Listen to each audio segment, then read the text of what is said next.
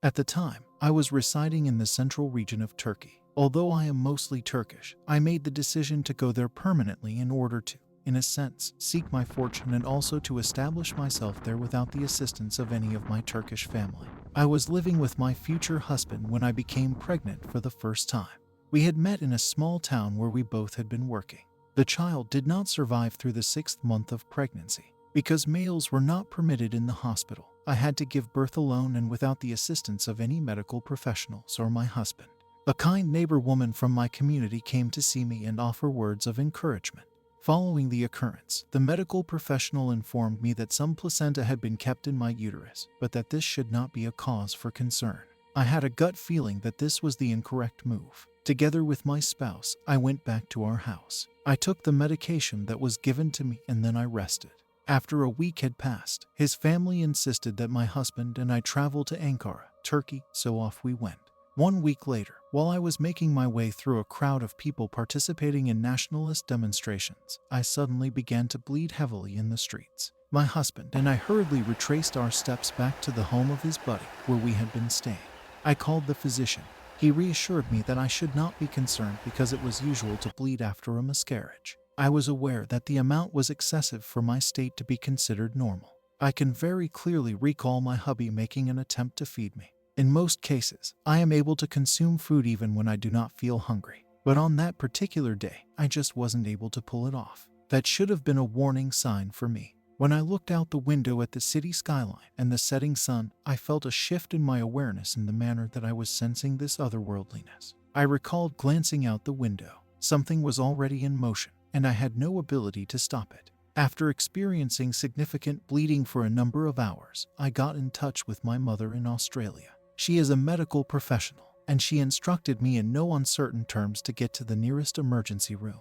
We were able to hail a cab together, which included my spouse, his friend, and me. This occurred in the middle of the vehicular chaos, political drama, and public demonstrations that were taking place on the streets. We would not have made it to the city's premier facility for the care of women and children if it weren't for the heroic efforts of the cab driver, may God bless him.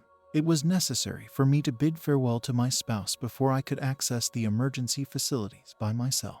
In spite of the fact that I am 50% Turkish, I did not spend my childhood in Turkey and I did not start speaking Turkish well until quite recently. I was not familiar with any of the terms or jargon associated with medicine. When I arrived at emergency, the room was rather cramped and included only a single couch made of vinyl. The ladies motioned for me to take a seat on the couch and waved me away. At this point, I had already lost a significant amount of blood, and I could feel myself beginning to fade away. As I took a seat, my mind immediately went to the various ways in which I could interact with them.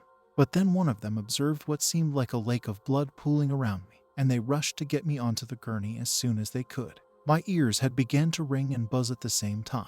I had the impression that I was being suffocated to death, and that the velocity and intensity of the high-voltage noises were increasing.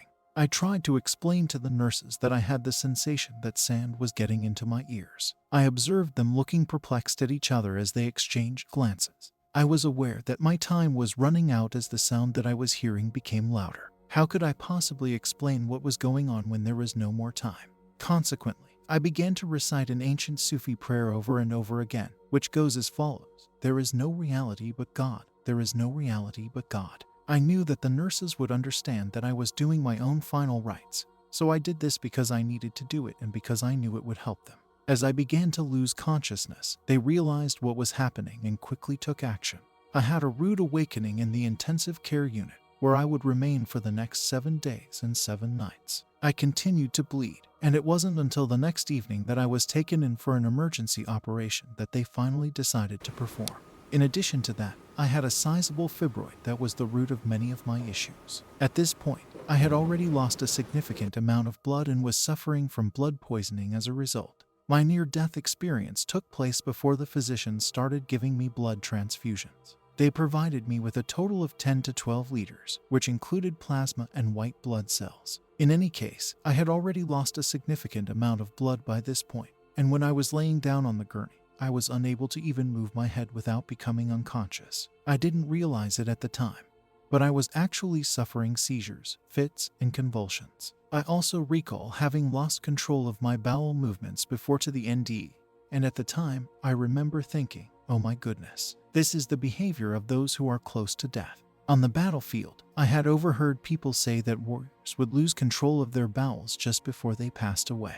In any case, my near-death experience took place before I received any blood transfusions or any medications for blood poisoning. I suppose that happened before the physicians had a good understanding of what was going on with me. They had to find my husband and then get in touch with my mother in Australia in order to figure out what was going on, since I kept passing out and I couldn't speak Turkish well enough for them to grasp what was going on. I was suddenly freed from the confusion and anxiety that I had been experiencing in the intensive care unit. I found myself in the midst of a panorama of light that was pure, dazzling, golden white, coruscating, and alive. It was like a light that was both cognizant and compassionate. There were no horizons. There was neither up nor down, nor was there any distance between them. I had moved to a whole new location in another dimension of space. It took place in a location that radiated complete and absolute stillness, calmness, safety, and loving and caring energy. There was a huge weight off my shoulders. It felt as if the light and the love that emanated from the light were holding me in their embrace. I wasn't able to get out of it, and I didn't particularly want to. After then, I became conscious of a massive being standing in front of me. Although I was not in my physical body at the time, if I had been able to move my eyes, I would have been pointing them upward. This being had an incredible height and possessed an overwhelming amount of power. It had a distinct vibe that, in some inexplicable way, gripped me and kept me rooted to the spot where I was. This being had a light body, and despite the fact that there are no distinguishable physical traits like those that we have here, I was nonetheless able to tell that it was female. Because I don't think in a feminine way. I don't really use the term feminine in this life. It just doesn't fit with how I think. However, this being was undeniably of a feminine nature and radiated an immense amount of strength. I was standing in the light, staring at her, and I was overcome with wonder at her presence, strength, and the incredible love she radiated.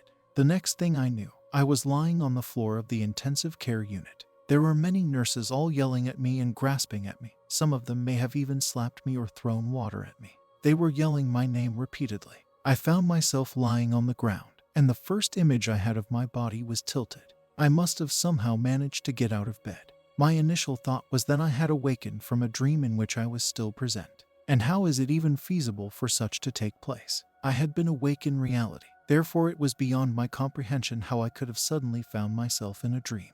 How was it possible for me to wake up to the unreal? It just did not make sense. My senses were startled and horrified by the three-dimensionality of the intensive care unit as well as the nurses. I had a strong desire to go back to that bright and tranquil environment. It took me a while to figure out what the situation was and why it had occurred. In point of fact, I didn't recall what had occurred to me until the physicians asked me whether I had a neurological issue. It was only then that I realized what had taken place. I responded, no, I did not have a neurological condition. They explained to me that the seizures were the reason for their question. When it happened, I had the sensation that the tissue on the inside of my mouth was completely shredded. I also saw the blood and cuts that had appeared on my legs as a result of the accident. I recalled the being that was bathed in light, and the love that was connected to this awesomely potent feminine being. Soon after that, I was sent to the hospital for an emergency procedure to have the remaining placenta and the fibroid removed in order to halt the bleeding that was occurring. During the emergency procedure, the physicians told me that I had terrified them and that they had to perform resuscitation on me because of it. That event does not really register in my mind at all. My mom traveled all the way from Australia to visit me when I was in the intensive care unit for a total of 7 days. After that, she traveled all the way back to Australia with my husband, and in less than a quarter of a year, I became pregnant once more. When having a lot of anxiety at first, it subsided after I had a dream about my unborn child. In the dream, it was made clear to me that we would both make it through the ordeal unscathed.